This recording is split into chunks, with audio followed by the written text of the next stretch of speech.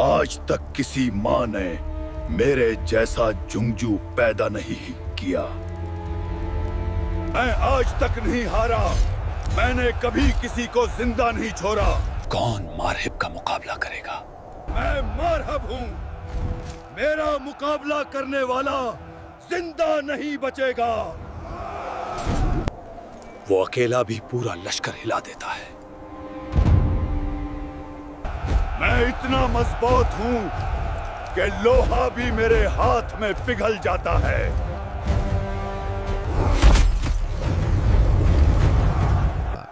ہر آنکھ میں سوال اور اضطراب چھایا ہوا تھا۔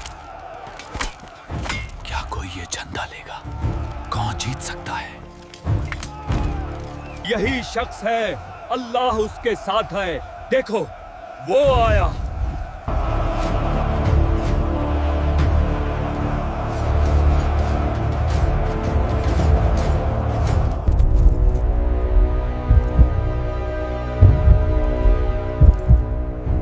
غزوہ خیبر کا میدان، جہاں فولاد سے مضبوط قلعے کھڑے تھے اور ان کے اندر سالہ سال جنگ کے ماہر نسل در نسل لڑنے والے جنگجو موجود تھے۔ مسلمان پوری قوت سے حملہ کر رہے تھے، مگر فتح ہاتھ نہیں آ رہی تھی۔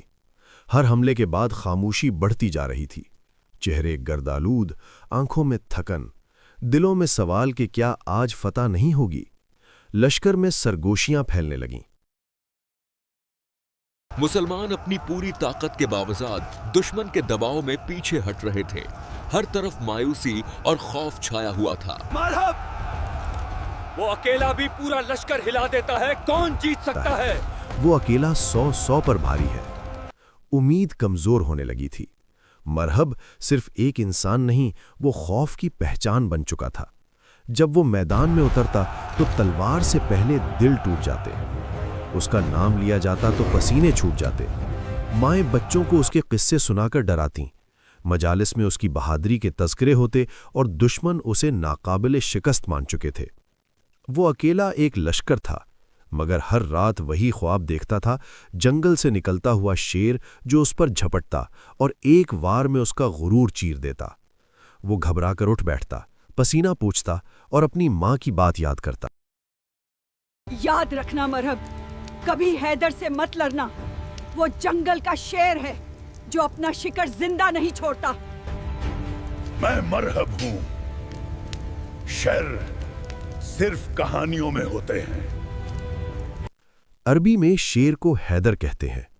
ادھر مسلمانوں کی نا امیدی کے عین درمیان نبی کریم صلی اللہ علیہ وسلم نے اعلان فرمایا کہ کل میں یہ جھنڈا اس شخص کو دوں گا جس سے اللہ اور اس کا رسول محبت کرتے ہیں، اور جو اللہ اور اس کے رسول سے محبت کرتا ہے، فتح اللہ اس کے ہاتھ پر عطا فرمائے گا۔ رات بھر سب سوچتے رہے کہ کون ہوگا وہ خوش نصیب۔ دلوں میں سوال اٹھ رہے تھے، کون ہوگا جو اس لشکر کو شکست دے؟ جھنڈا کس کے ہاتھ آئے گا؟ کون ہوگا وہ خوش نصیب؟ صبح ہوئی، نماز ادا کی گئی، دل دھڑک رہے تھے۔ پھر آواز آئی، علی کہاں ہے؟ عرض کیا گیا، یا رسول اللہ، ان کی آنکھوں میں تکلیف ہے۔ نبی صلی اللہ علیہ وسلم نے فرمایا، انہیں بلا لاؤ۔ جب حضرت علی نبی کے سامنے آئے تو آپ نے اپنا لعاب دہن ان کی آنکھوں پر لگایا اور درد ختم ہو گیا۔ پھر جھنڈا عطا ہوا اور پورا لشکر نعرہ تکبیر سے گونج اٹھا۔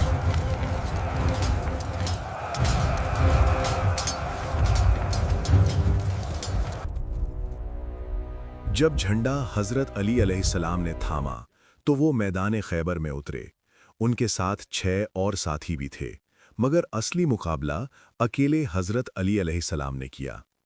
سب سے پہلے ان کے مقابلے میں حارث آیا، جو مرہب کا بھائی تھا، بہت مضبوط اور خونخوار جنگجو۔ یہ صرف جنگ نہیں تھی، یہ حساب تھا۔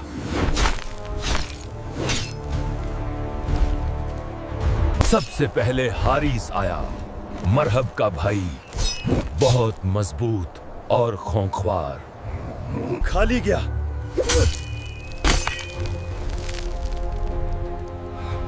میری طاقت کا اندازہ دیکھ۔ حضرت علی نے ایک ہی وار میں حارث کا کام تمام کر دیا۔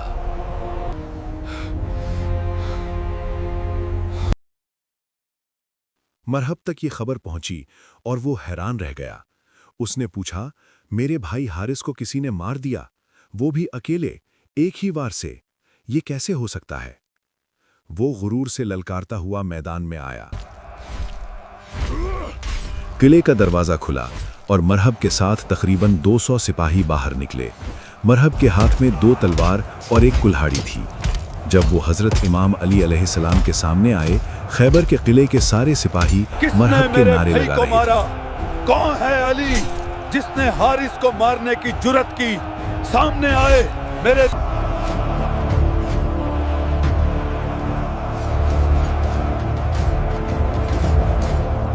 تو تم ہو علی؟ تمہیں مرحب سے ڈر نہیں لگا؟ ذرا ہی سوچا کہ مرحب خیبر میں رہتا ہے؟ میں آج تک نہیں ہارا، میں نے کبھی کسی کو زندہ نہیں چھوڑا، جو میرے سامنے آئیے ترخ بن گئے۔ میں اتنا مضبوط ہوں کہ لوہا بھی میرے ہاتھ میں پگھل جاتا ہے۔ خیبر مجھے جانتا ہے، جنگ میں آگ میری دہشت سے ہی لگ جاتی ہے۔ حضرت امام علی علیہ السلام نے کہا، میری ماں نے میرا نام حیدر رکھا۔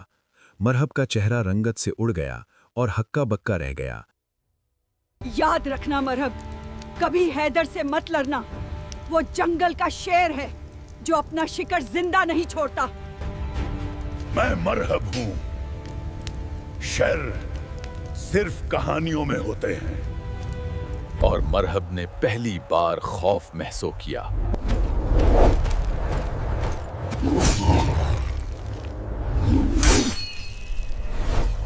مرحب بہادر تھا، اس لیے پیچھے نہیں ہٹا۔ اس نے حضرت امام علی علیہ السلام پر 3 بار حملہ کیا، لیکن ہر دفعہ ان کے حملے خالی گئے۔ حضرت علی کی تلوار میان میں ہی تھی اور ہاتھ بالکل خالی۔ مرحب کا غصہ تیز ہوتا گیا۔ آخر کار حضرت امام علی علیہ السلام نے اپنی تلوار سے ایک ہی زوردار وار میں مرحب کو 2 ٹکڑوں میں ڈیوائڈ کر دیا۔ تلوار اس کے سر سے گزری اور دونوں حصوں کے بیچ سے نکل کر زمین پر گر گئی۔ سارے سپاہی حیران رہ گئے اور مسلمانوں نے اللہ اکبر کے نعرے بلند کیے۔ قلعے میں واپس بھاگ گئے اور قلعے کا دروازہ بند کر دیا۔ حضرت امام علی علیہ السلام نے دروازہ بیچ سے اٹھا کر زمین پر رکھ دیا۔ صرف 2000 مسلمانوں کے ساتھ اللہ کی مدد سے خیبر کا قلعہ فتح ہو گیا۔ خیبر کا قلعہ فتح ہوا صرف کچھ مسلمانوں کے ساتھ اللہ کی مدد سے۔